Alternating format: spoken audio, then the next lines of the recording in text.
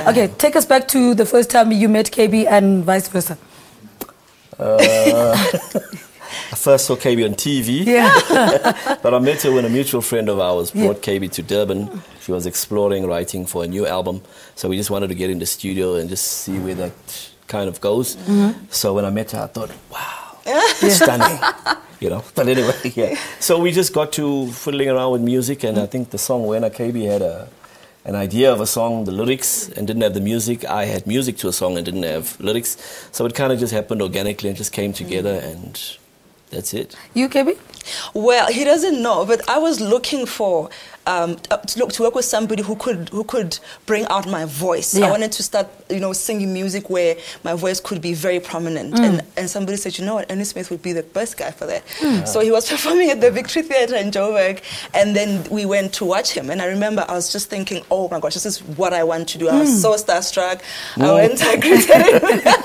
He didn't know that I'd been stalking him all along. And as he said, we ended up in Durban, and that's when I came up. Wena, what do you sing about Wena, and why is it such a... It's a straightforward title, but you also want to find out why is it called Wena? Well, maybe Wena, it's that thing of, when you're with someone, you're like, Wena, like your person, like Wena. So it describes, just how you feel about, your loved one and how special they make you feel.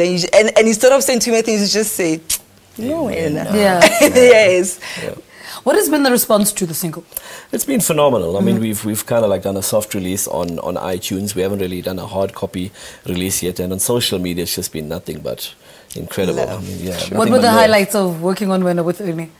First of all, for me, it's just working with Ernie Smith. I keep saying to him that he's so chilled about it. It's like he doesn't know that he is the Ernie Smith. So for me, I mean, the genre that I do, it's mostly pop and out there, and I know that in South Africa, you sort of get categorized into in a box. Yes, I love to explore, I love to experiment, and I want people to know how far I can go. And I also like to stretch myself. So just having had the honor of working with him giving me the time actually to begin with was such a big thing for me. Time for Love. What album did we speak about this year when you were here earlier? Or is it the same album? It was the same album, but it was the first single we had done called Time for Love. Right. This is the second single on the album Wena. So the rest of the album will be coming in the middle of next month, the full album. Why is this the best way to do business now? I see a lot of artists are going the single route. You put out a single there and then you give us another one before the full album is ready. Well, I think the great thing about it is that it gives people to kind of like focus on one song at a time to really see the true potential of the album. And of course, it gives you leg room to be able to move in terms of marketing and all that kind of thing.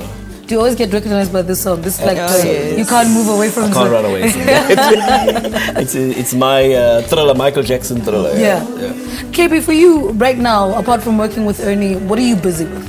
Look, I've been working on an album since 2012.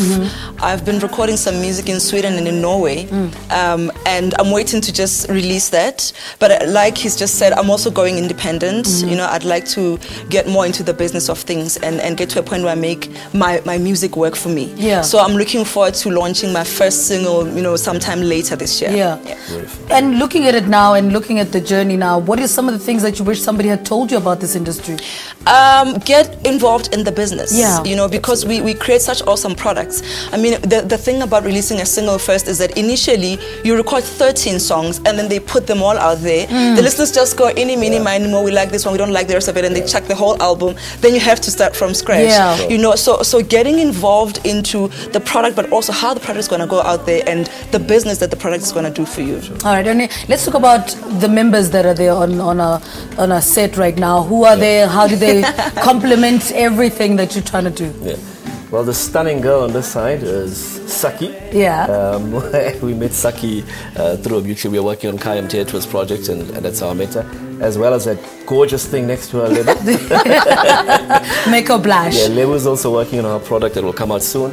And that handsome man with the bass guitar is Earl Breezy. We call him a very prominent musician from PE.